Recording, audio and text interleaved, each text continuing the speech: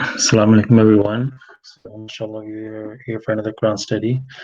And Surah Nur, Light. And we, inshallah, going through the verses from 47 to the end of the Surah, which is 64.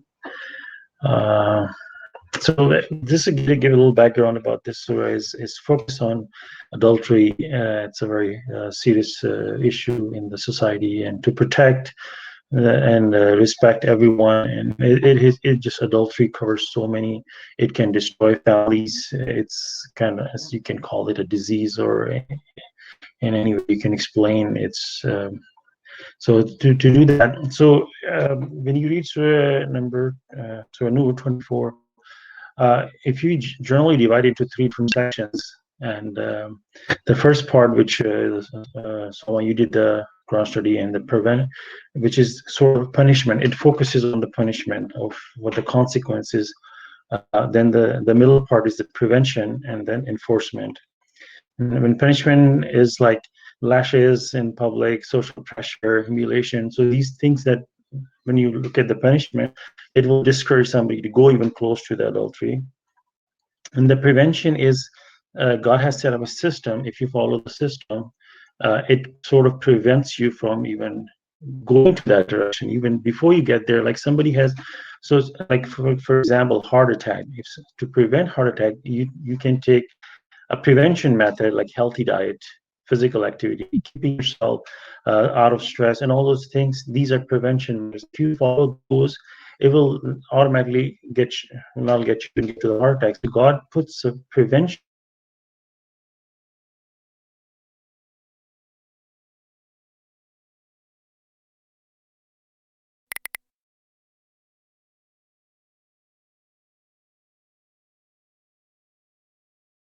Well, it looks like he's having connectivity issues.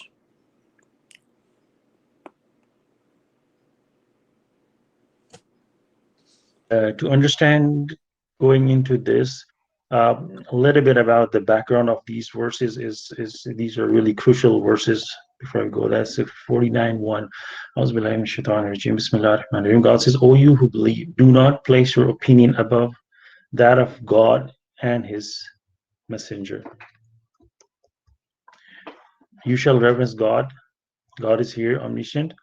O you believe, do not raise your voice above the voice of the prophet, nor shall you shout at him as you shout at each other, lest your works become nullified while you do not perceive." So these, God is teaching us over in the Quran that it is very important to obey God and listen to the messenger. These are the crucial, and this is we're going to be discussing a lot in this part, because we are applying for a very important position in God's kingdom, and that's a believer. And there are, so any position you apply, there's requirements. And what happens is, if you do, God is going to talk about the requirements for believers. And if you're applying for a position, and if you don't qualify, your application will be returned to you, and until you fulfill the requirements. So the position that we are applying for is a believer, and is a very straightforward verses. Like, for example, no, you believe, do not place your opinion above the God, of that God and his messenger. So when God says something and your opinion, you say, oh no, I think this is better, so that's when you're already breaking God's commandment. And if messengers tell you something, and that's God even talking about the opinion. I mean, God's not even talking about something that's proven or fact. If messengers tell you something, I think this is better, that's his opinion, and you say, no, messenger, I think this is better. So you have crossed his opinion, you put up your opinion above him, and God is telling us, do not do that, and don't raise your voice above. So it's a sort of etiquette God is teaching us to respect prophets, messengers, and believers among yourself, simply. So let's go to the verses 47. So God sends instructions through his messenger.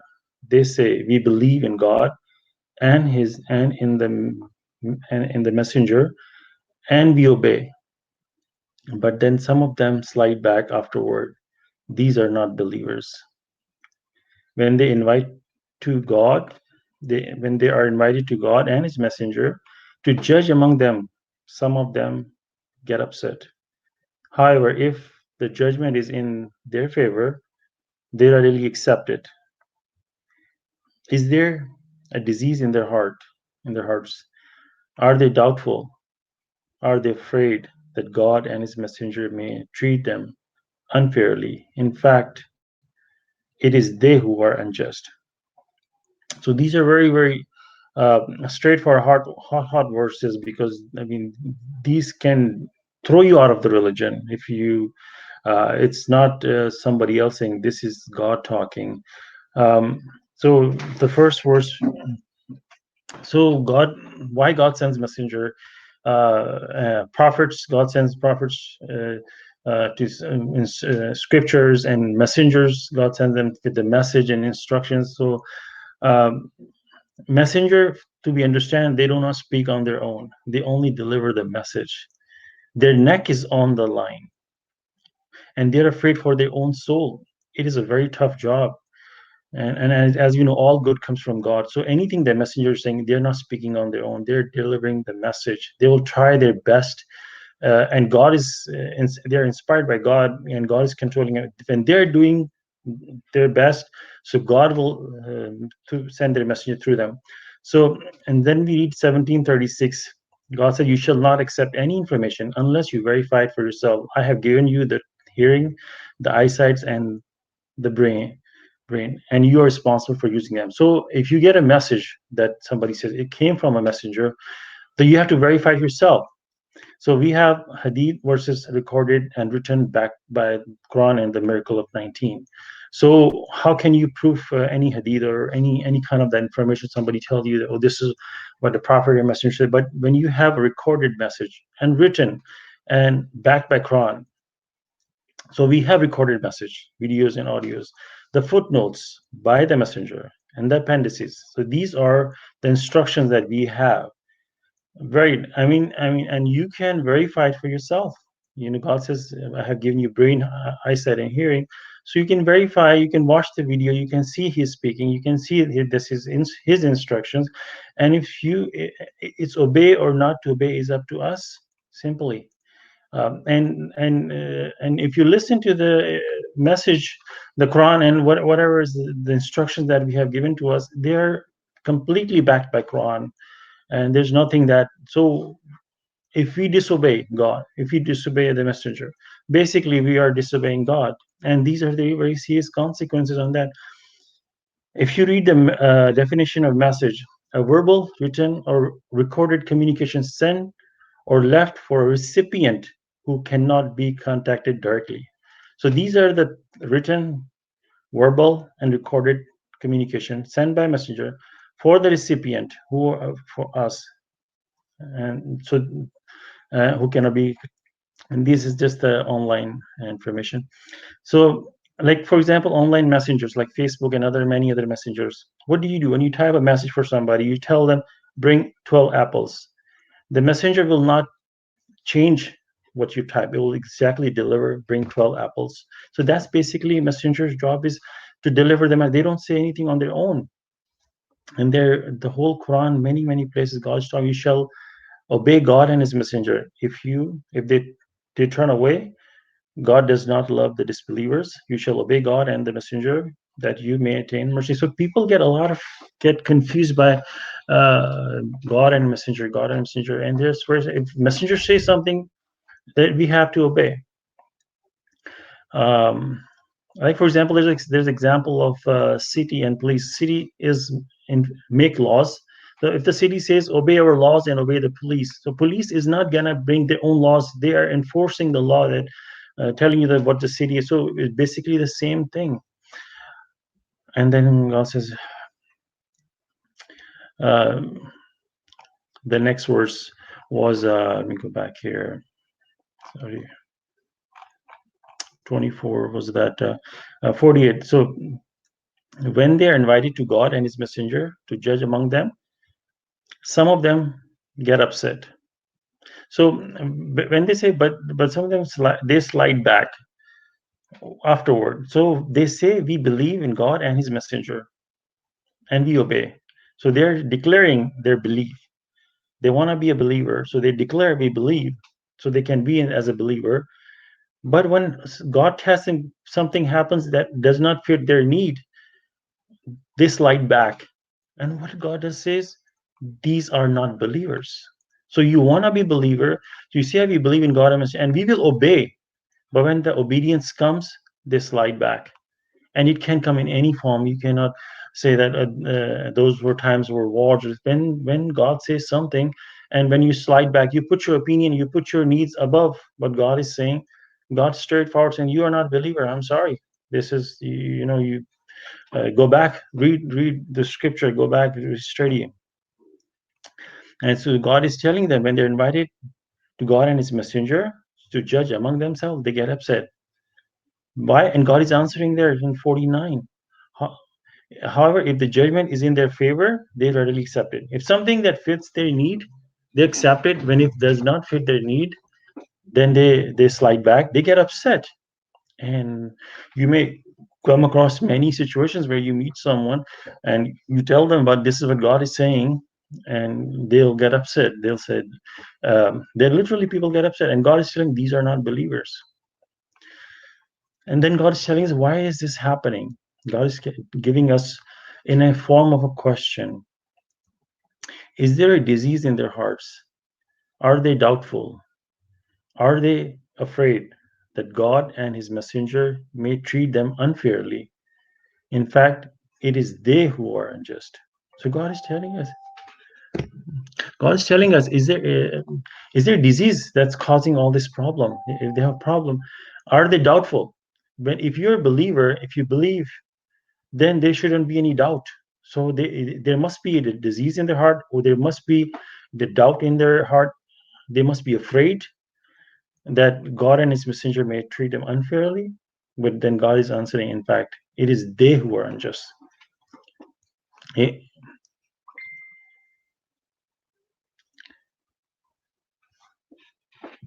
Let me just stop here.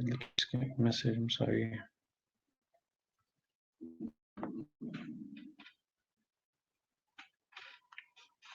Okay. So, if I because I'm on a phone Wi-Fi, we have a power outage. So if I get disconnected, just message me on the messenger, so I will know. Huh? So so so let's go to the okay, believers who don't believe disqualified. So you automatically get disqualified from the position of the believer. And that's where these are black and white statements. We need to test ourselves. Believer is equal to happy, happy, happy. Are we happy? Maybe I'm sliding back, and we should learn about that. Have you heard the saying, sours must be grape, or sour grapes? So when you cannot reach the high, it's an old saying that when you cannot reach the high tree for grapes, I mean the vines, and the person when couldn't reach it, says, "Oh, sour must be great. Grapes must be sour." But the believers who reach the high levels say, "No, they are not. In fact, they are awesome. This is the system of God." Uh, so okay, let's go to the okay. So the next verse is believers unhesitantly obey God and His ministry. So they're not hesitant believers. This is the quality of the believer. When they read God, anything God is telling, they're ready right away. So what is this? 24:51. The only utterance of the believer, whenever invited to God and His messenger to judge in their affairs, is to say, "We hear and we obey." These are the winners. Those who obey God and His messenger and reverence God and observe Him, these are the triumph ones. They swear by God solemnly that if you commanded them to mobilize, they would mobilize. Say, do not swear. Obedience is obligation. God is fully cognizant of everything you do. Say, obey God and obey the messenger. If they refuse, then he is responsible for his obligations and you are responsible for your obligations. If you obey him, you will be guided. The sole duty of the messenger is to deliver the message. So God is telling the believers, they say, what is their utterance? The only utterance of believers, whenever they're invited to God and his messenger, to judge any of their affairs. They say we hear and we obey. This is the law that God is teaching us from the surah number 2 towards the end. The believers, they say we hear and we obey. We don't put our opinion in God or His messenger. We don't think that when God says something and we say yes sir, we just salute to God and we say yes sir. That's it. We don't put ourselves above or anything. Then God says these are the winners, and this is the law. If you follow the law, then you will be guided. And in any affairs, when God and Messenger or Quran judges any of your affair, you follow the Quran, even if it feels like you think it's not going in your direction, but God knows. If you just follow God and you say God says, if your job does not fit with what you think, suppose God says that come to the Friday prayer and drop all business, and you say if I lose my job, I'm gonna be out of money or this and that. No, you just do, and you just tell, and then I gotta go, I gotta do the contact prayer. uh, God will open up much more. So, and this is just an example. Many places we come in cross an intersection where God is telling you something, but it's not going in our, the judgment is not going in our we think that it's not going in our favor, but you obey God and God will make it. This is God's promise. Those who obey God and His messenger and reverence God and observe Him, these are the triumph ones. And the word that used in the Arabic is faizun, and the triumph. This is the high level of success, not just passing in the hereafter. This is a high level of success, triumph ones. So our goal must be to, yes, sir, we obey, we hear and we obey. So then God is saying this, swear by God solemnly that if you commanded them to mobilize, they would mobilize. Say, do not swear. I mean, they're like, that as we learned that people, they like to swear and this and that. There's something wrong in their heart. God is saying this is an obligation. If you come to apply for a job for a believer, obedience is an obligation. It's not you by saying long statements that, oh, I will do this, I will do that, or I promise, I swear. No, this is our duty. Just like a messenger has a duty to deliver the message, our job is to obey. Obedience is the duty of ourselves. So God is commanding us, don't say, do not swear, just follow it. And God fully know what's in our heart. Everything God knows. There's nothing hidden from God. Obligation, and as if you look at the definition, an act or course of an action to which a person is morally or legally bound, a duty or commitment. So this is our duty, commitment to God, that obligation. We obey God. Then the next verse says, say, obey God and obey the messenger. If they refuse, then he is responsible for his obligation, and you're responsible for your obligations. So here's the word: obedience is an obligation. So what is our obligation? Is to obey, and messenger's obligation is to deliver the message. So he's responsible. He's gonna say on the day of resurrection, God, there you go. You can check the videos. I have delivered the message, and then we will have to answer that. Did you follow what the message came to you? I mean, for 1400 years after, when God finally sent someone with instructions, and it becomes our duty to listen and try our best to obey, and not put our opinion above our messenger and God. So, and then obey God and obey the messenger. And so when you obey God and the messenger, that's his job, and then your job. Then what happens is guidance from God. This is what happens. This is where the magic starts happening. When you obey God and His messenger, then guidance come to you. That's where you start seeing the magic. And then the next verse, God says, God's promise kings and queens on earth.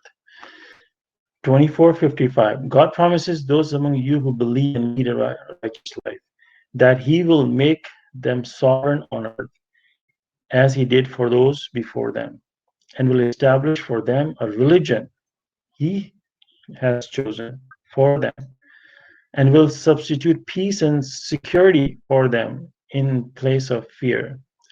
All this because they worship me alone. They never set up any idols beside me. Those who disbelieve after this are the truly wicked. So this is God's promise. Whenever God says, God promises, absolutely, God uses these adjectives and promises. This really should shake ourselves, that God does not have to promise. God can just say something and that's it. But God is going above and beyond to telling us He's promising you. It's a strong statement coming from somebody who's so just and truthful. So saying He's promising, so we should ponder upon these. That God is saying, "Who believe and lead rest." So believe and lead a righteous life. These are, like we learned before too, that they go hand in hand. When you say you believe, then there's obligation that comes with the righteousness. So if you don't follow, if you don't obey, then there's no belief. Because once you say I believe, then there's action is required. Then what happens when you start believing? He will make you sovereign on earth, as He did. This is His promise, because the verse starts from a promise. So He'll make you sovereign on earth as He did for those before them, and will establish the religion He has chosen for them. So God will take care of everything. He will give us a religion that God has chosen. I mean, imagine coming a gift from God. That's the religion. This is the best gift you can have, and will substitute peace and security for them in the place of fear. So the believers are, you can say, fearless. Uh, like Satan's tricks is to put fear in our heart, economically, money, relationship, family, all, whatever he can.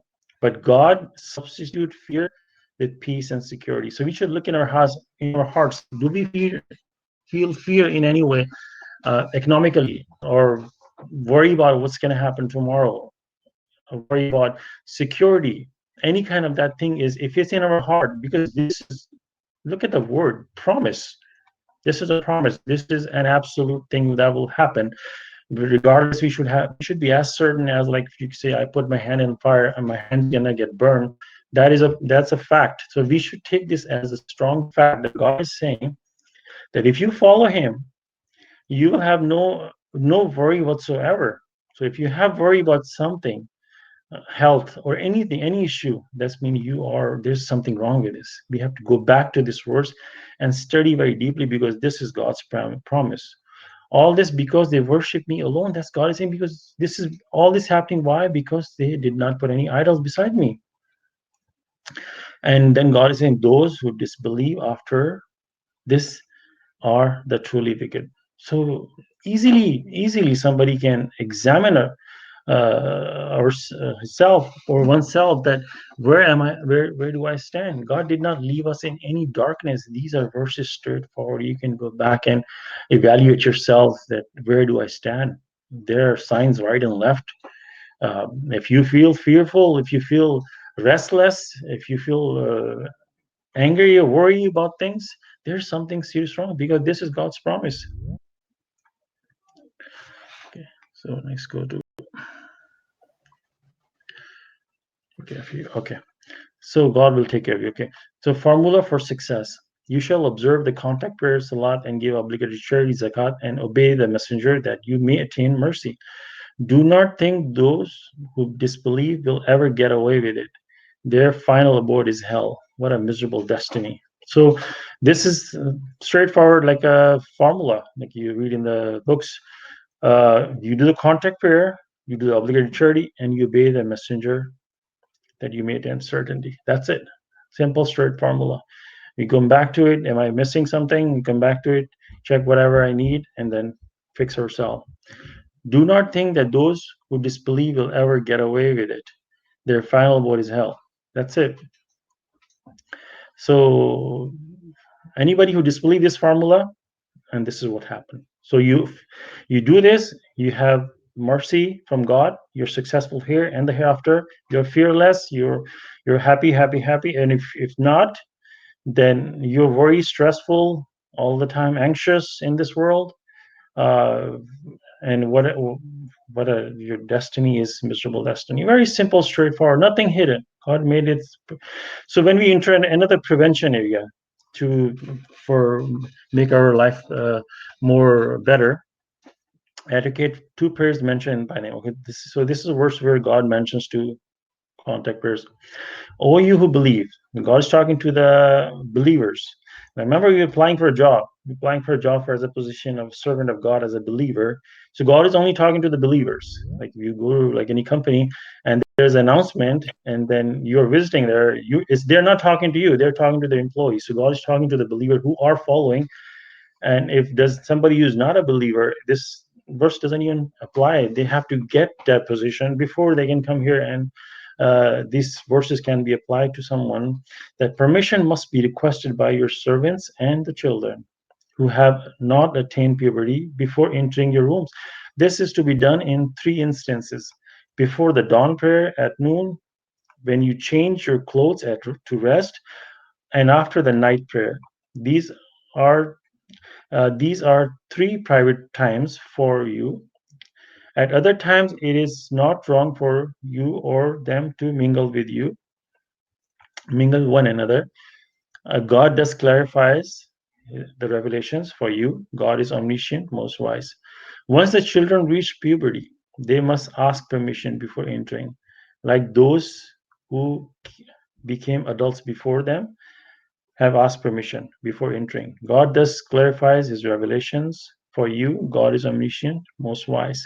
So this is a system that God is teaching us a prevention method. You follow these things, and not only you obeying God, but this will you do your part. God will do his part. Your kids will be God, you will not even have to worry about your children growing, and everything will be taken care of by God. So you just do your part.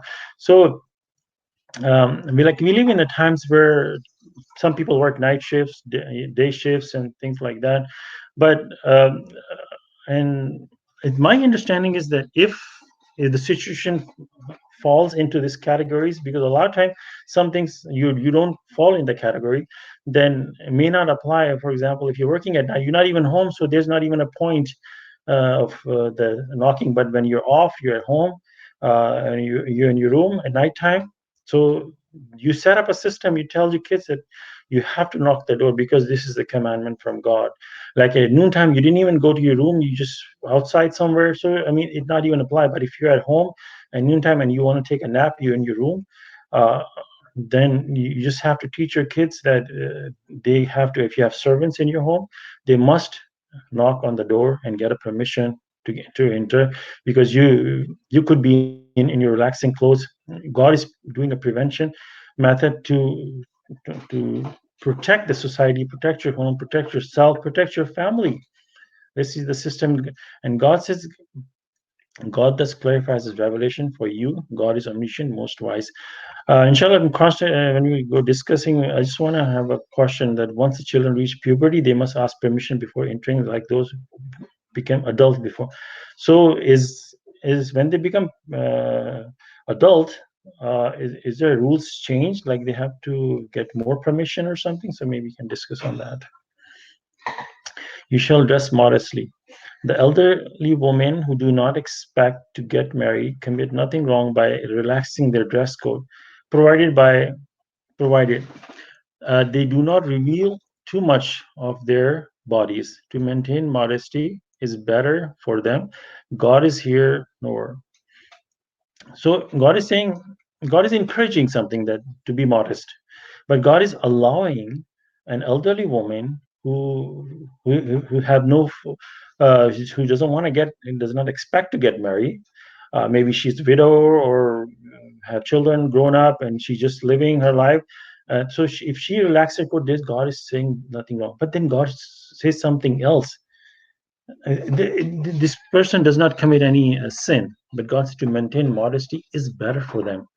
So in many places you read in Quran where God's telling you that you do this, you can do this, but if you do this, it's better for you. So when God gives you an option to do something, but when God says that instead you do this is better for you, so you don't commit any sin.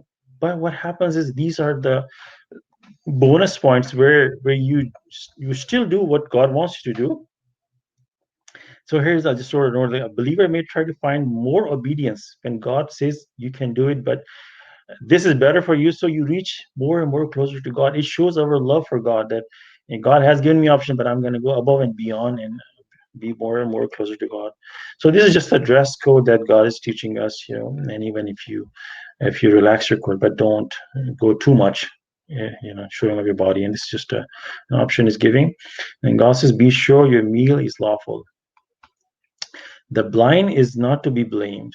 The cripple is not to be blamed, nor the handicapped is to be blamed, just as you are not to be blamed for eating at your homes, or the homes of your fathers, or the homes of your mothers, or the homes of your brothers, or the homes of your sisters, or the homes of your father's brothers, or the homes of your father's sisters, or the homes of your mother's brothers, or the homes of your mother's sisters, or the homes that belongs to you and you possess their keys, or the homes of your friends. You commit nothing wrong by eating together or as individual. When you enter any home, you shall greet each other a greeting from God. That is blessed and good. God thus explains the revelations for you that you may understand. To my understanding, is first of all, you learn from this, you don't eat a food or any meal that is not yours. First of all, uh, just like any home, you can go open the fridge and get something to eat, and there's nothing wrong with that. Similarly, if you're in your father's home, your mother's home, that's, I think, my understanding. If we can discuss on that, if I'm visiting my sister and I'm staying in their home, I can go into the fridge and get something to eat without, like, I guess, without permission. That's but if you're your friend's home, you can eat it. There's nothing wrong with that. But if you're at work and you open the fridge and the food belongs to somebody else and I eat it, then I commit a sin. Knowingly that it's not mine and it belongs to somebody else, and then you commit a sin. You go to somebody's home, like you just visiting there, you are selling something, or they have you sit down in their living room and they have some fruit sitting there without their permission, you eat it, then that is considered, I guess, wrong, because you're not their friend, you're not their relatives, these categories that are given here, then there could be wrong. It doesn't say your father's father, like your grandfather. That category is not here. So I guess if you are visiting your grandfather, you have to get their permission, I guess, to before they can eat something like that. So, but this is a very open verse, so we can, inshallah, discuss on that. Yeah. The next verse: the true believers are those who believe in God and His messenger, and when they are with Him in a community meeting, they do not leave Him without permission. Those who ask permission are the ones who do believe in God and His messenger. If they ask your permission in order to tend to some of their affairs, you may grant permission to whomever you wish and ask God to forgive them. God is forgiver, most merciful. And the footnote says this verse refers to God's messenger of the covenant by adding the geometrical value of Rashad, which is 5 of 5. So these are the Rashad as the numbers. This is a whole appendix about that. You can go look into it. Plus the value of Khalifa, this is 725, and you add those. The verse number 62, we get 1292, and this is just mathematically, you can say it is multiple of 19. So when we read it, don't put your opinion about the messenger.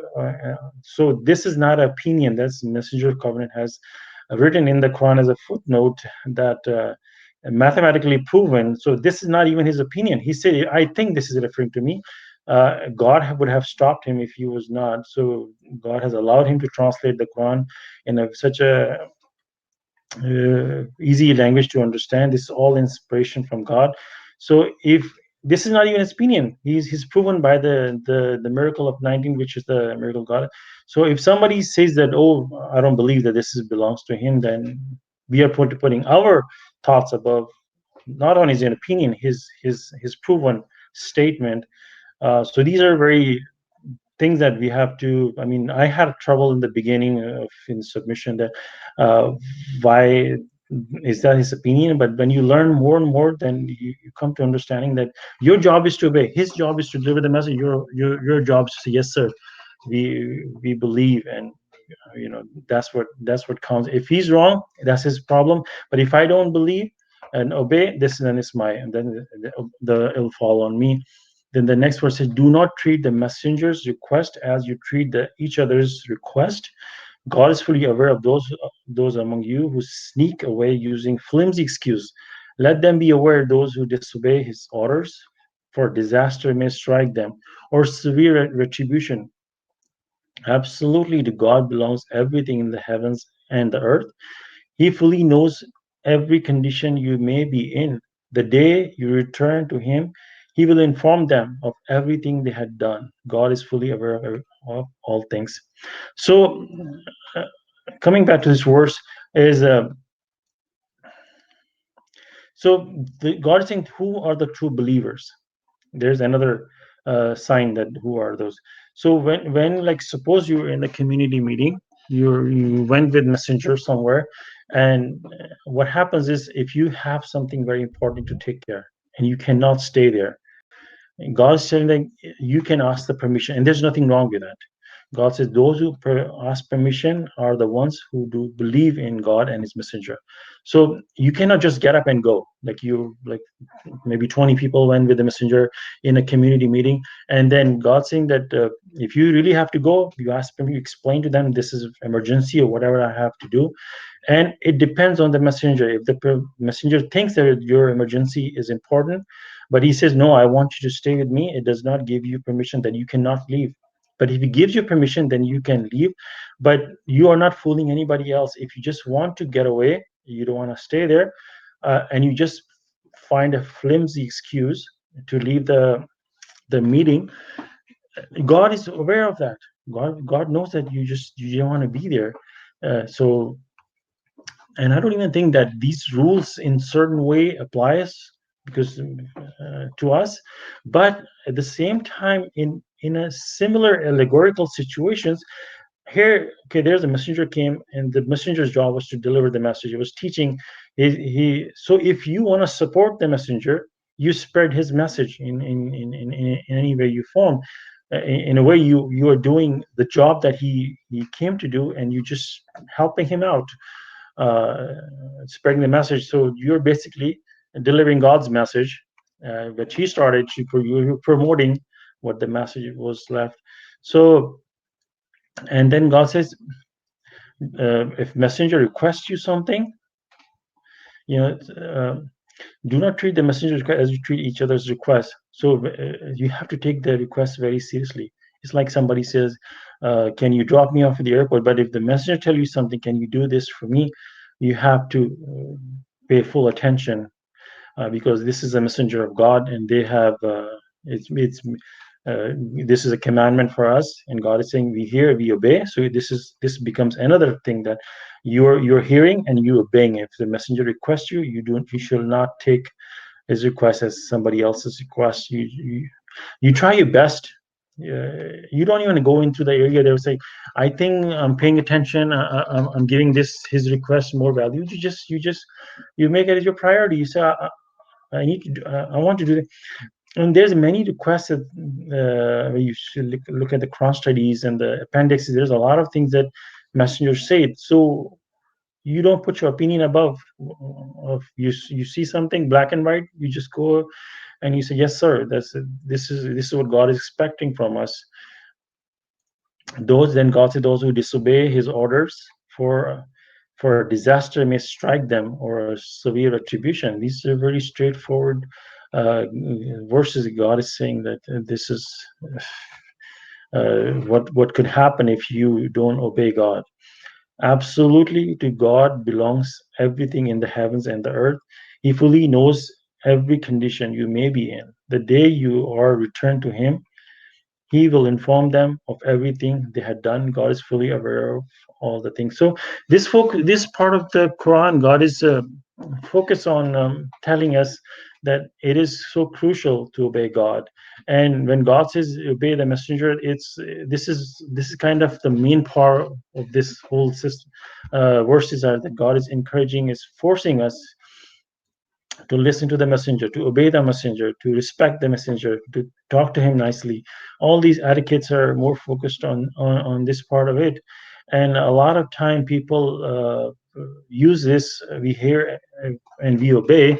I mean, the way the messenger obey God, and this verse is used a lot of time in communities, in to fool people, um, to say that this is what the messenger said. But our job is to verify if it did came from the messenger, and we have no authentic way of, like, if you go into the literature upon literature has been written about the Prophet Muhammad, that what he said, and we have no way to verify it. How you can, if Prophet said something, or then it's our job, the messenger says something, it's our job to follow it, but we have no way to.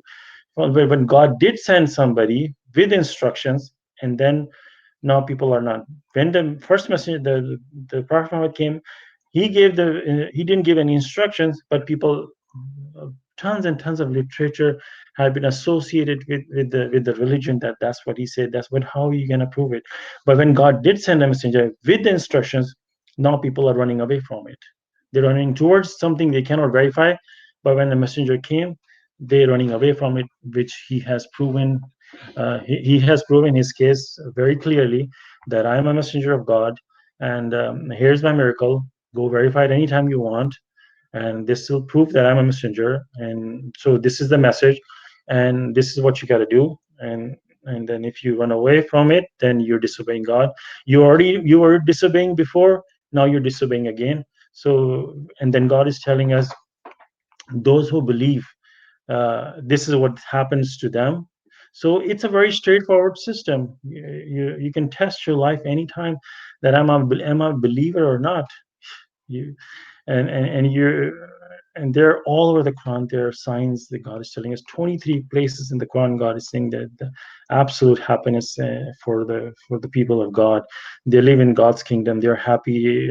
They have no worries at all. And inshallah, Surah finishes here, and we can go back and talk about the discuss and question and answers. And inshallah, I'll stop here. Thank you, guys. Thank you, God. So thank you.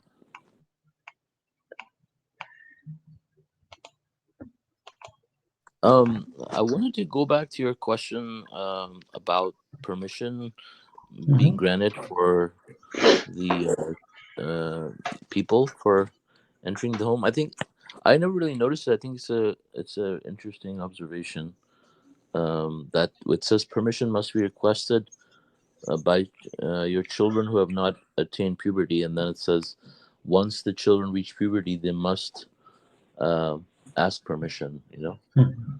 So like those who became adults before them have asked permission. Right. So yeah. Yeah, that's I even when I was reading, like preparing for the Quran study, Mm-hmm. and I noticed that I always thought that it doesn't apply to children who were not, who hasn't reached the puberty yet. For them, it's okay to Mm-hmm. go. But when I read it again and again, I said, no, it says they also have to get a permission. Yeah.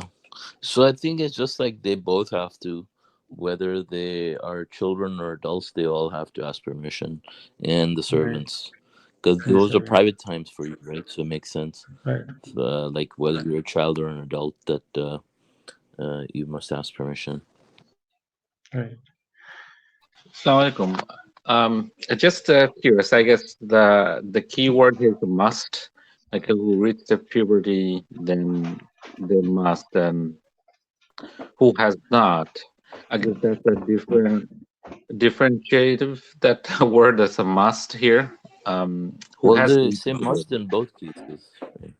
Mm, must. So I guess either Like way, it's yeah, must. yeah. Yeah.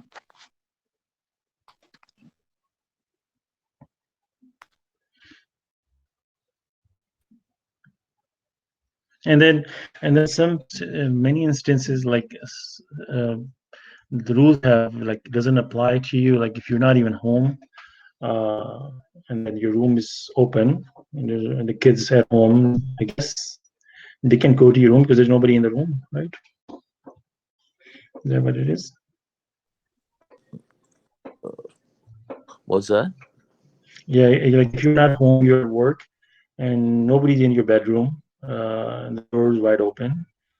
So can they go Yeah. into your room?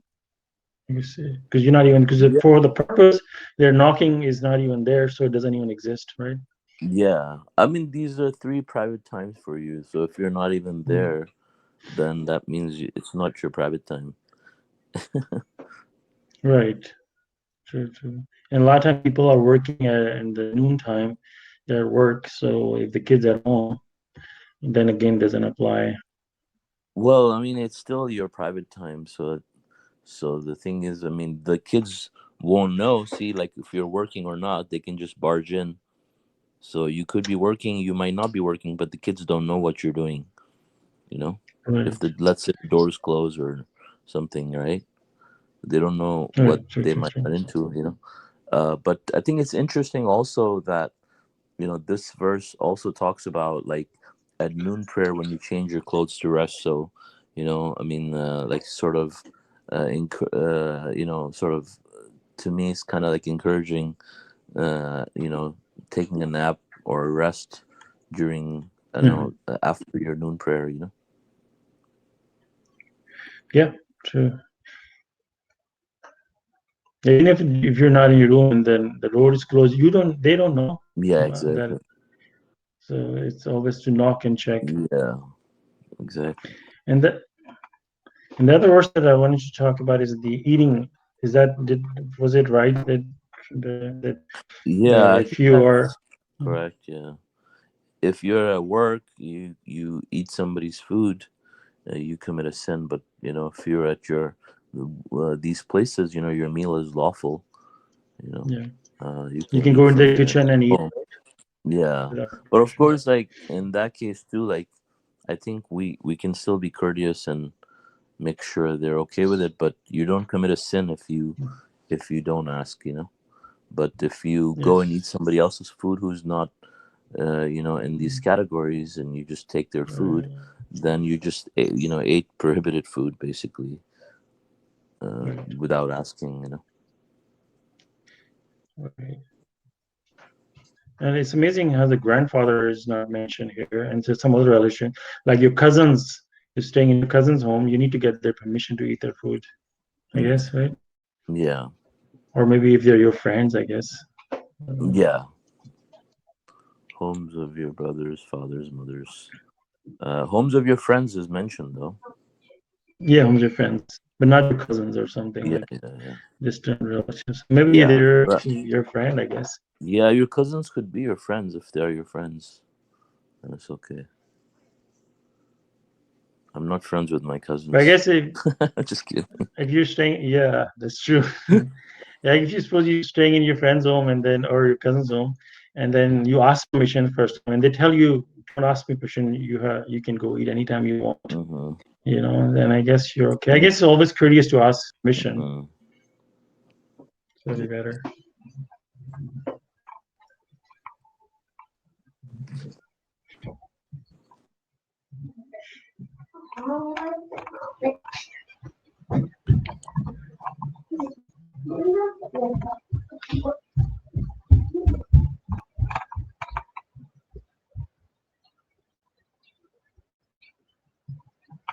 But I'm amazed in these verses. God is really stressing so much about obeying the messenger. A lot of focus is put onto that. It's amazing. So,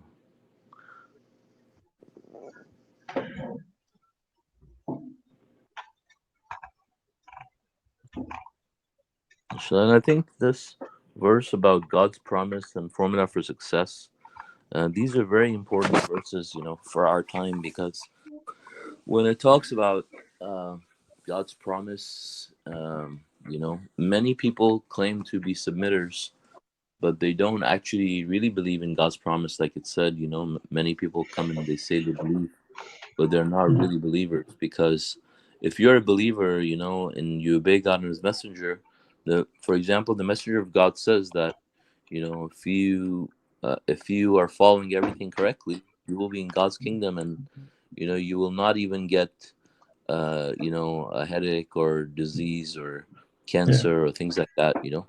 So then we must accept and believe that, because we must believe that God can control every single atom, and Yes. every single aspect of you know everyone's bodies. So cancer, for example, could be the most common disease in the world, and every single person in the world could be dying of cancer. But if you are a submitter and you're in God's kingdom, God will protect you and will make sure that your life, your last couple years of your life are the best years of your life, and you don't have a painful, like, suffering, lingering end, a miserable end. I mean, of course, the mode of death doesn't really matter. I mean, you could get in an accident, or you could fall off a cliff or whatever. But the idea is that for a believer, when they die, their soul is taken out of their bodies before they experience any trauma or pain, intense pain, or things like that. Yeah. So for someone to have cancer, it doesn't matter how they die, but the fact that they have cancer all this time, and they're suffering a miserable life, and they're losing, different functions of their body, like step by step, and just going through all of that misery, it doesn't work for believers. And for a believer, your life is supposed to get better and better and more beautiful as your soul grows more, and your heaven and hell starts here, like you said, heaven on earth.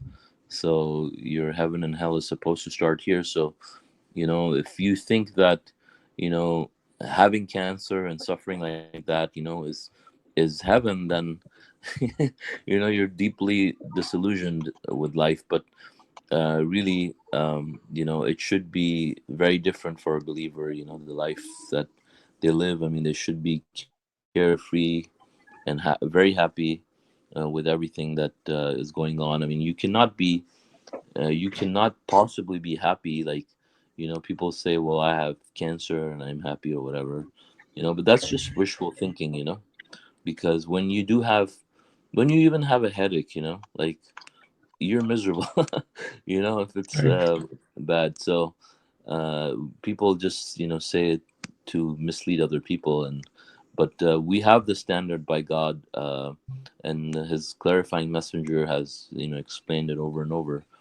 And so Mm. but we have to be worthy of being in that position where we can enjoy that.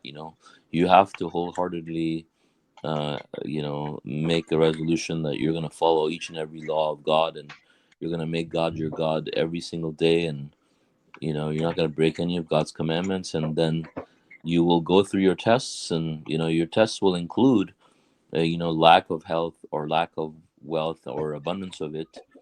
And but once you pass your test, then you will not be tested by those things, and you can enjoy a perfect life now and forever. Inshallah.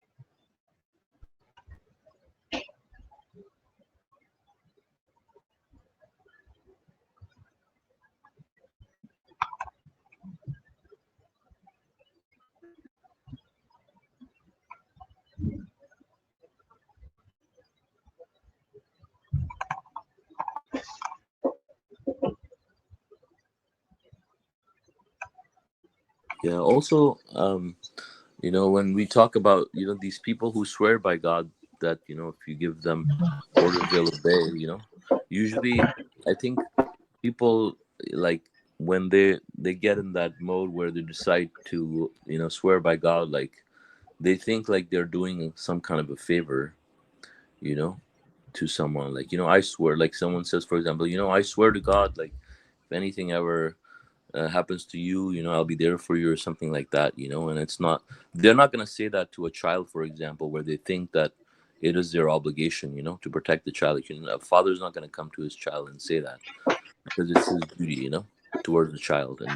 And so it's kind of like that, like they come and they the way I see it, they would come and swear to him and stuff like that. And God says, I mean, obedience is an obligation. I mean, it's not like you don't have a choice. It's not like you have a choice. This is what God says, that when God and His messenger, issues any command, the believers, they don't have a choice but to accept that.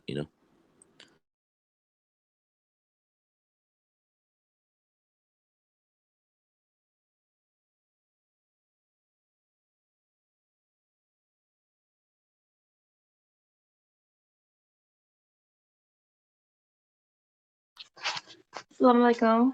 So, So I'm in the like, scenario that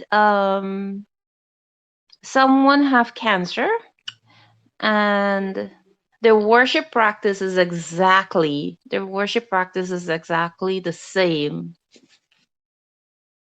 and at some point they got healed of the cancer and their worship practice stays the same, they're doing the same thing, whether it's idolatry, atheist, it's the same exact thing, and they get well from the cancer, and 10 years after they're still cancer free.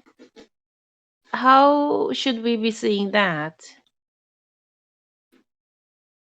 So, because the way I see it is, they weren't in God's kingdom in the first place, especially if, some sort of Christianity, which is majority of Christianity is idolatry, or majority of Islam is idolatry, right? But then they haven't changed. Their practice hasn't changed. It's the same exact. And then possibly they took some sort of medical treatment, changed their lifestyle and diet, and they became cancer free. Maybe ate clean. Maybe the only thing they did was ate clean, but the worship practice is the same. 10 years on the line, they are still cancer free. So how do we see that? Because they were out of God's kingdom in the first place. mhm. Well, I guess maybe interesting verse to look at would be probably 644. Hmm. It talks about the system. It says, I'm showing you something. It says, when they thus disregard the message given to them, we open for them the gates of everything. Then, just as they rejoice in what was given to them, we punish them suddenly. They become utterly stunned. And then the footnote says, before the guilty are thrown out the window, they're taken up to a high floor. So, I mean, this could happen, to someone like when they are tested, and they, instead of imploring God and turning to God, their hearts became hardened and they become evil people. Then God says that He opens for them the doors of everything, and they rejoice and whatever, and wishful thinking and all that, and then this is part of God's system too for people. So I would look at it that way as well, because a lot of times people will get healed and then they thank Jesus or whatever, as just as an example, right? And so then they're cancer free, but they will, if they're not on the right path, not necessarily cancer, but they will have other complications in life, or other severe disasters in their life, that will be a source of retribution for them, like, yeah, like, for example, God says even your money and children, for a disbeliever, can be a source of retribution, not just cancer. So we have to think about that. There's many ways that, I mean, health is just one of them, right?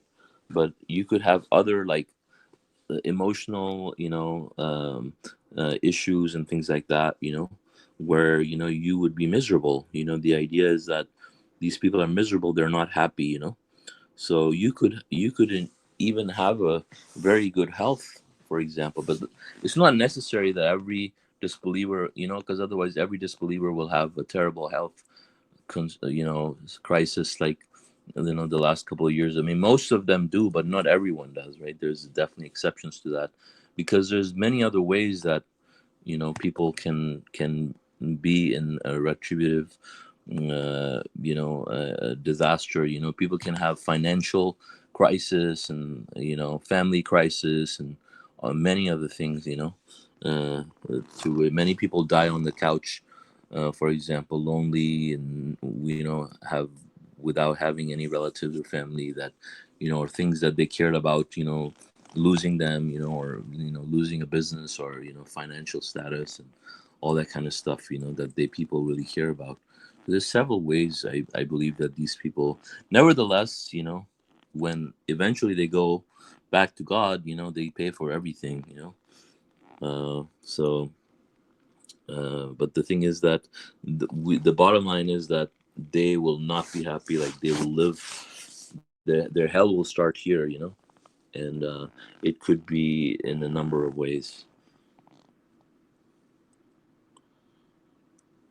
Masha Allah, Salman, thank you. You're welcome.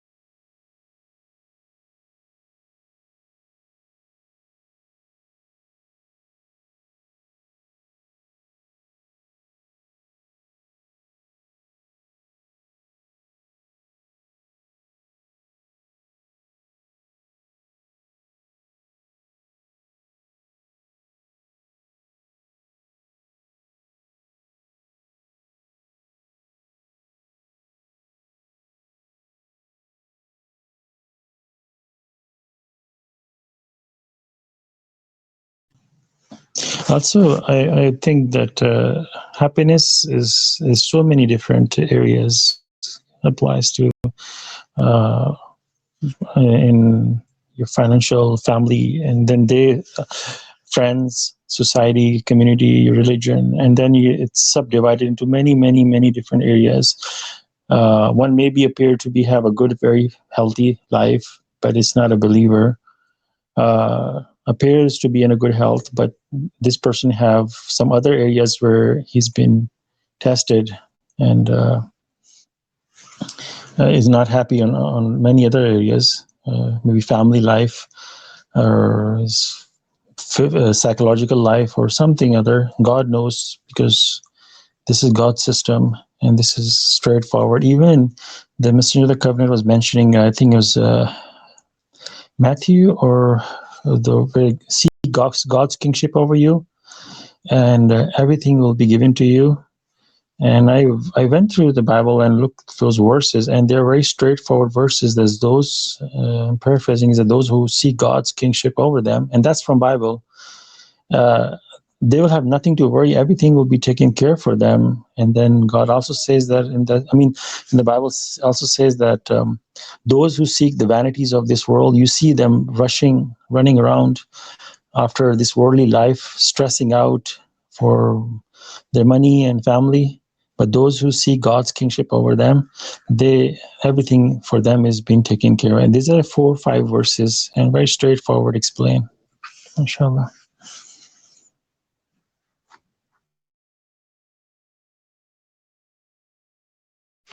We actually had one question. I'm not sure if it had anything to do with these verses, but in the current system, we live in North America, right? We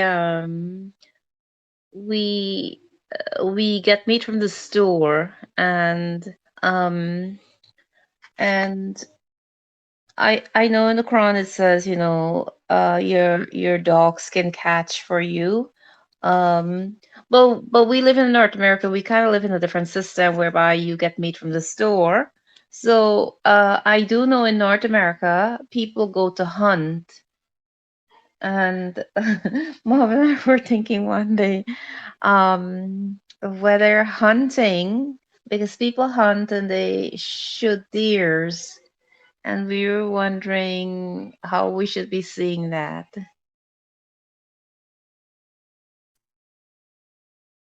I mean, it's not prohibited.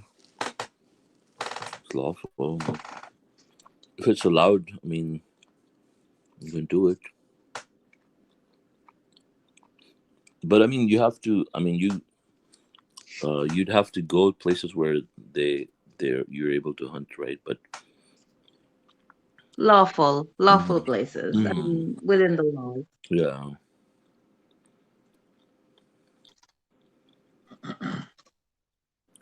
I also look at it another way. Also, is if you have a fishing license and they're allowed to certain place you can fish is allowed, but by law. But also, I was somewhere and there were people fishing for fun. So they will catch the fish, they'll pull it out, and the fish is, you know, shaking around, and then they'll put it on the floor for a little bit, and they'll take the hook out and they'll throw back in for fun. I think that's, to me personally, is torturing a live creature, animals, yeah, animal cruelty, yeah. regardless of even it's a fish or somebody might argue, or they don't have brain or something. It's a living creature. God's, we don't know what's going Break. on in the fish, and somebody for fun kills bugs. You know, like even for, I mean, I even walk away when I see a big cockroach on the floor, and if it's not on my way, I mean, I will not kill it unless if even it's in my home. My goal is to throw him outside, not to kill it, any insect. And when some people, and if you're going for deer hunting, and if you're going to consume the meat, I think it should be okay. But if you're just having for fun and kill it and just leave it there, I think that also falls into animal cruelty, I guess. That's my opinion, I Yeah. guess. I think when it comes to cockroaches in your home, I mean, if you, I know in I mean, Texas we have you big can just send cockroach, them to man. heaven. You We can have just send them to heaven. You're doing them a favor. well, they are big cockroach, not like California, those tiny cockroaches. We have big Oh, okay. ones. Yeah. Okay. Okay. Yeah, But but how do you catch them? Like, no, and actually, I only seen one time in my home the big cockroach. They uh-huh. are usually in the sewages and outside or something. I don't walk their path. I walk away. Some people will kill them if the bug is not. I mean, I not even try to kill a bug. Yeah. You know. Yeah, I used to do that, but then I realized, well, they're just gonna go to heaven anyways. So why don't you send them? Right.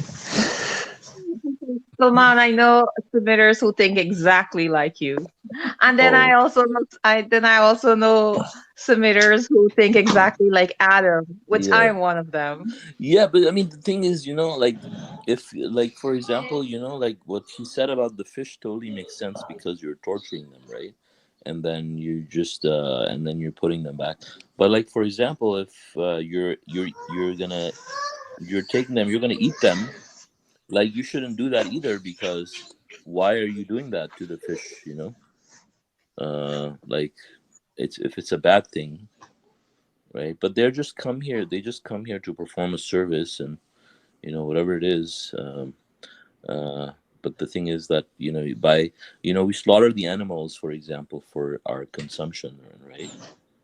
That's not bad, and so I mean, it's nothing bad if you kill a cockroach, for example, in your home. But yeah, if you're outside killing cockroaches, that in the forest or something, then for no reason, and they're not even bothering you, then maybe there might be, you might wonder, like, why you're doing that.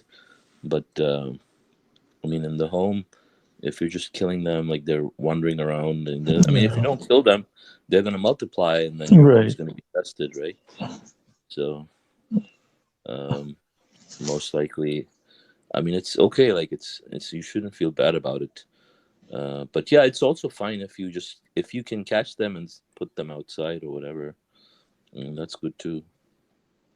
Yeah, in California, they have those small cockroaches that used to live there, and they infested your home. If you don't, so you have to use the bug spray and all kind of measures Hmm. so they don't multiply. Otherwise, Yeah, they'll get into your food and they'll make you sick. yeah,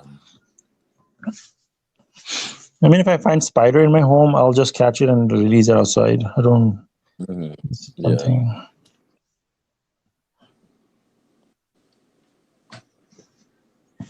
yeah. Also, but then I worry, like, sometimes when you catch these insects, you can hurt them. Right. You know, So sometimes I just squash them. They don't even realize what happened. And also, they open their eyes in heaven. True.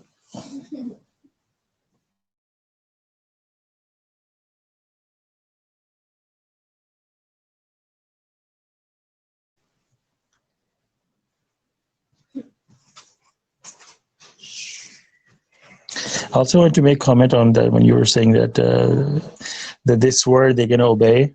So it's very straightforward that you're applying for a job in God's kingdom. So when you apply for a company and they interview you, you're not going to be sitting there and say, "I swear that I will follow your company rules." It's an obligation. You're applying, and these are the terms and conditions of the job, and this is what you got to do. So you don't swear there. I promise I'm going to follow the rules. You have to do it. That's straightforward it is, right? The boss will tell you, don't swear. Don't swear to me that you can do my job. This is your obligation. So God is telling in the straight format that don't swear. These are obedience is an obligation. Masha Allah. So,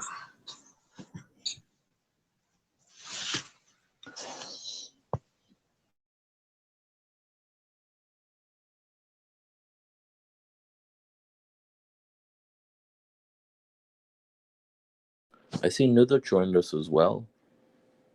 Nuther, are you there?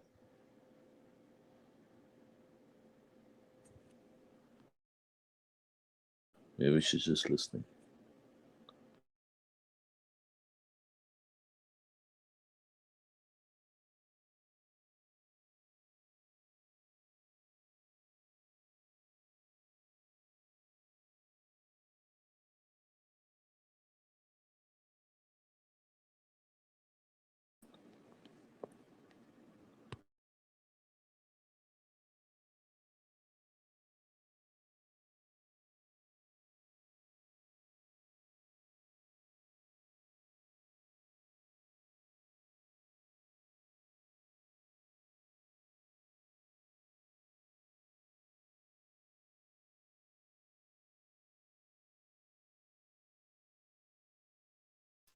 Masha Allah, all the verses was so straightforward.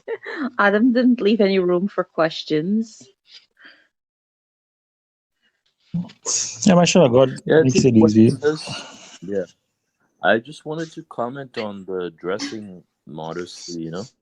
Like we uh, have to be careful also. Like we don't like go overboard with these things. Because Satan also pushes people to the extreme and make religion difficult. And as you can see, like uh, God, is very specific about the dress code, and things that are left out, are left out and made left vague for a reason, so people don't try to, add specific, additional requirements on top of it.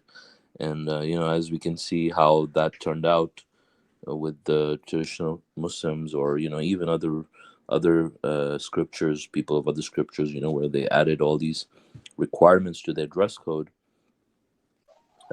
So we have to maintain modesty, but make sure that we don't add to God's law, or increase it. Like previously, like I used to be part of this community, which we know about, and like they started promoting the idea that men have to cover their chests as well, and we see that like they said they must cover their chest, and we see that in the Quran, it doesn't say that, it says that women must cover their chest, but for men have to be modest, but it doesn't say they have to cover their chest as part of their minimum requirements.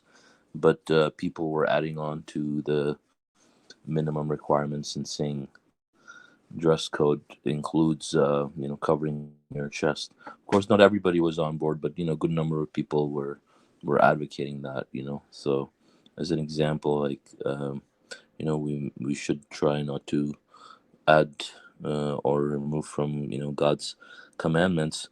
And another thing I wanted to mention also here was We also read a verse that talks about the formula for success. Like how it says, "You shall observe the contact prayer salat and give the obligatory charity." And here, this is not talking about like any specific detail of the practice of the contact prayer or a detail of the obligatory charity. Even though the contact prayers were in place and the obligatory charity, was in place and people were doing it, Quran is still complete, perfect, and fully detailed in what commandments you have to follow, what practices you have to do. And the fact that these practices were already in existence, God doesn't have to mention specific details on how to do them. But to do them or not to do them, obviously the Quran is complete in telling you what commandments to follow and what practices to do. And that's why this verse is very general. It says, observe the contact prayers and give the obligatory charity, and God, gives all these commandments repeatedly. So for example, it doesn't say like you shall observe the contact prayers and give the obligatory charity, and you must circumcise your children, for example. But it doesn't mention, when God talks about these practices, it doesn't talk about Hajj, for example, all the time, um, or fasting all the time. But if you look at the Quran as a whole, all the practices are mentioned in the Quran, that the ones that we have to follow. And so even though they were being practiced, but the only distinction that people tend to confuse with is when it says that the practices that were distorted were clarified. Yeah, the details were clarified.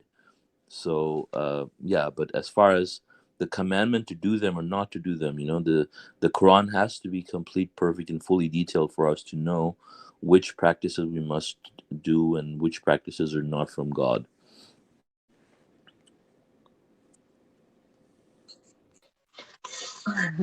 I'm amazed the Semitic community would say that the men have to cover their chest when, absolutely nowhere in the Quran it has it. Mm. And it was even a topic of discussion. Yeah, I mean, it's amazing. Like if you hear people's arguments about things like that. I mean, people are very argumentative, and everybody has personal opinions, and they don't stick to the Quran. So when people don't stick to the Quran, I mean, this is what happens. They start creating their own logic, and they just get misguided. Basically, there's because they don't have anything to stand on to, hold on to.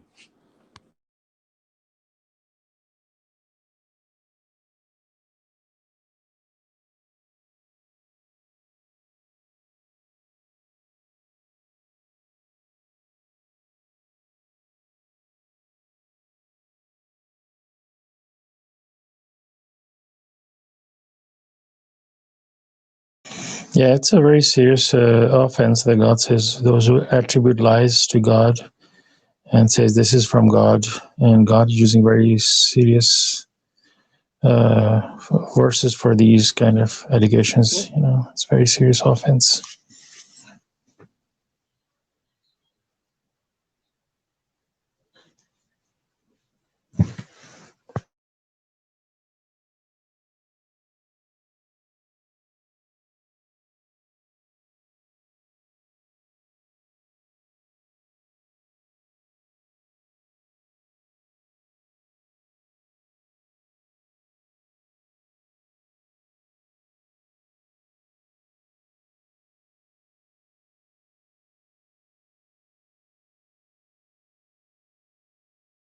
Mm.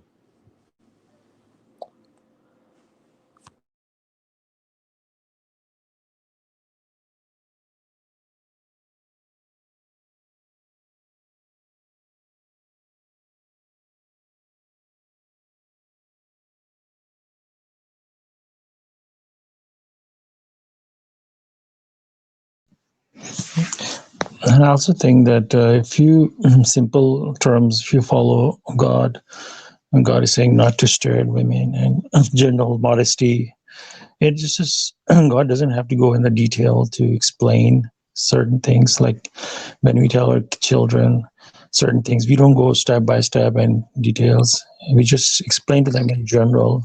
Mhm. And it's common sense. We understand that why God says not to stare at women. And somebody can say, oh, I was not staring, and take it literally and use other methods to look at women or something like that.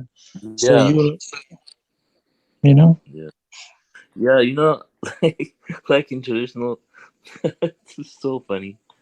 In traditional Islam, like like they have these mullahs and stuff, and like I know like some of them preach like, I mean, they all have their own, their own religion, but like I heard like some of them preach, for example, they say, yeah, you can look at them, but if you look once you look at them and then you turn your eyes away from them, then you can't look at them again, you know yeah, I so heard that.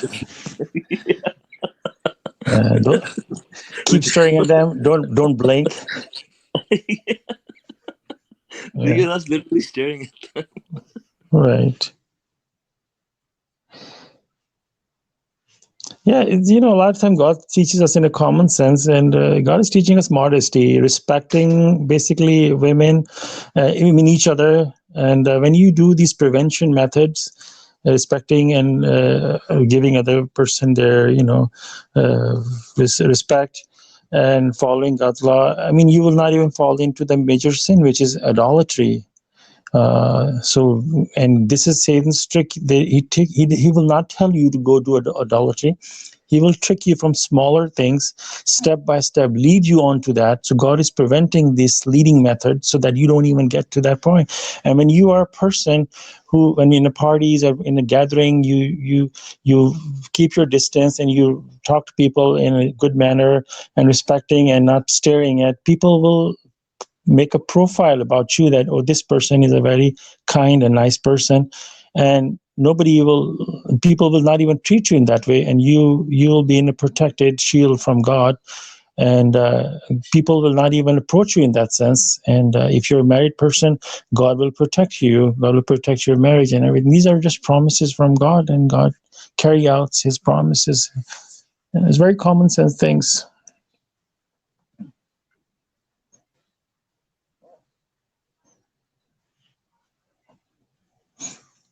And somebody can even say that, oh, I wasn't staring at that person, but you what you did is maybe use your cell phone to look at somebody, and you're looking at your cell phone or something, other methods. But it's the same thing. I mean, it's just you're breaking God's commandment in your own way, and God is basically teaching you modesty, being modest, I guess. Okay. Mhm.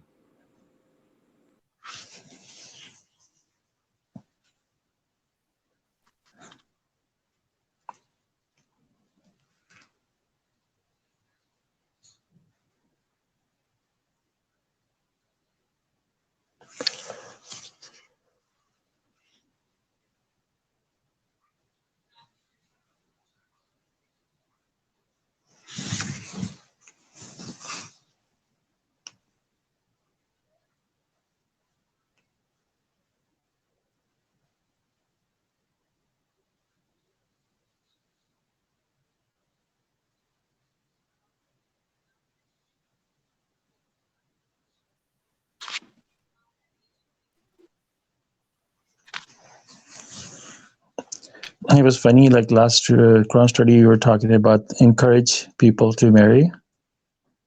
Mhm. And I was like thinking, like what we had like about a month ago, a discussion about multiple marriages, and I was thinking some instances you have to discourage people to marry. Yeah, Or- yeah, there's encouragement and discouragement. yeah, yeah. Well, that was like a sickness. Yes, like imagine you have a friend who's not married, and you're encouraging, hey man, you should get married and you should keep after him. And this guy gets married and he likes it. He said, I'm gonna go get another one. I said, no, stop it. No more. I'm sorry, you take it back. You know what it is? I think it had to do a lot with a person who's not married and doesn't know what encompasses marriages and children and everything that goes along with it, the time and effort and energy, and making assumptions that, you can marry so many people. I think, people like that have to come back to reality. First, get married to one and understand what it is all about, and then they'll come back to reality. Yeah, but there's also the misconception of what it is, like when it talks about being equitable, they think that being equitable means to, you know, satisfy them in a sexual manner, for example. So that kind of a person, even if they have experience with marriage, that doesn't change anything, and it's like the Middle Eastern mentality that we see around the world, where, for example, they have, so many wives, depending on how much money they have, they have multiple wives, you know. So, I mean, that was the mentality there, because, I mean, first you even have to understand that, what a marriage means, I mean, what love is, and just, but, I mean, but, someone who wants to oppress women, and against women's rights and things like that, I mean, will obviously wants to abuse women, then that's the route they're gonna find in the Quran to try to justify, their own, desires. Like, for example, any rational submitter will not be against women's rights in the Quran, right? I mean, God has created a whole surah titled at women, for protection of women, and then for someone to see all of that and see how women have been oppressed throughout humanity, I mean, to throughout history, I mean, then they, go and start, bashing people for, standing up for women's rights. I mean, that's not something that is expected from someone who's a submitter, and I mean, there's so many things wrong with this at so many levels. So, I mean, we can speak all day about it, because it is absolutely horrific conclusion to come to after reading the whole Quran, and seeing the entire message of God, which is so pure and beautiful, and to come up with some kind of absurdity like that, it's just very disappointing, I think.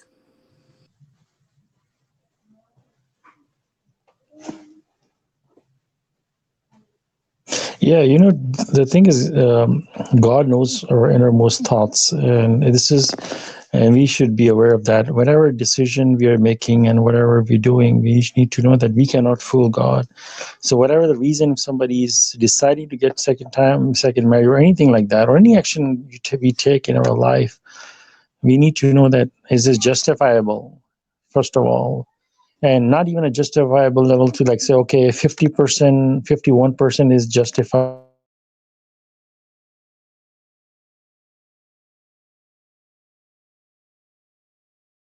know that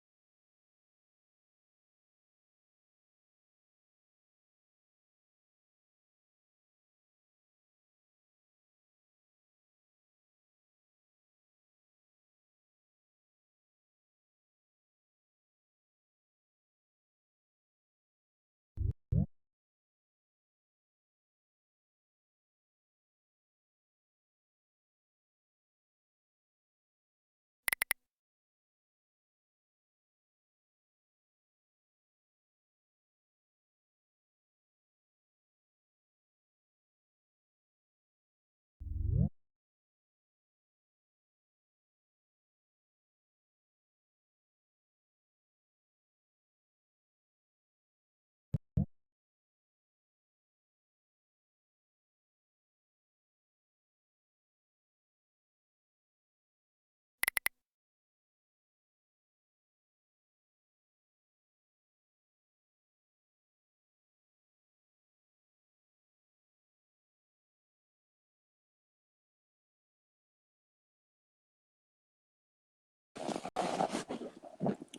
Hello, Assalamu Alaikum.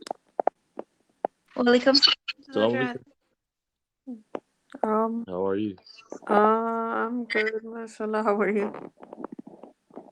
Good, alhamdulillah. Did Adam lose his connection? I think so, yeah. He said they had like a power outage, No. so he might get disconnected at some point. Okay.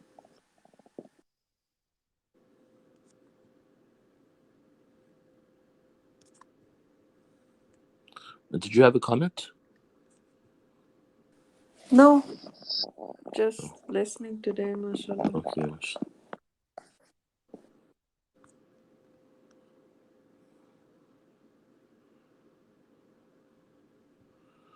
Okay. I think also I like how it says you commit nothing wrong by eating together or as individuals. You know, a lot of people they like to sit together as family and eat. You know, but it says it's okay. Like you don't commit anything wrong if you eat as individuals or as family, which I find is interesting. But that's how detailed the Quran is. You know, really when it comes to God's laws, like God clarifies each and every single thing. SubhanAllah.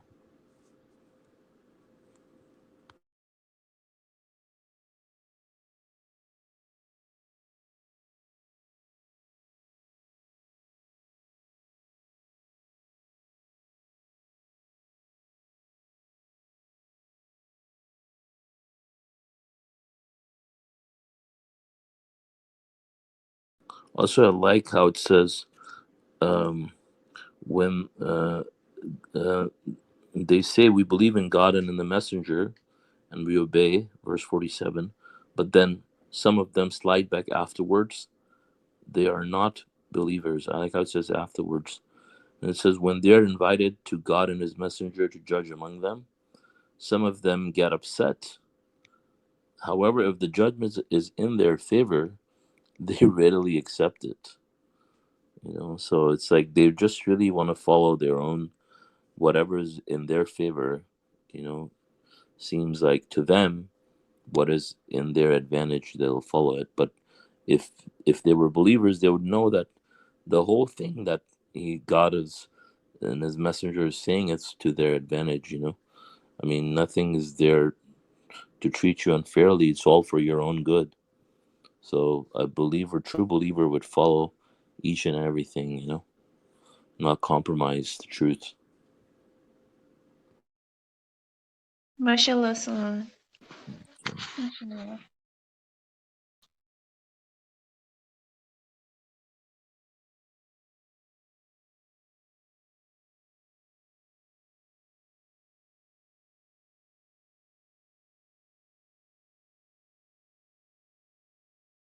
I guess if there are no other comments about the verses, maybe we can stop the broadcast, God willing. Yeah, that sounds like a great idea. Okay, so thank you guys for joining us, and God willing, our next study is going to be on Wednesday at 4:30 Pacific time, and God willing, we'll see you then. God bless you all. Take care. Assalamu Alaikum. Assalamu alaikum.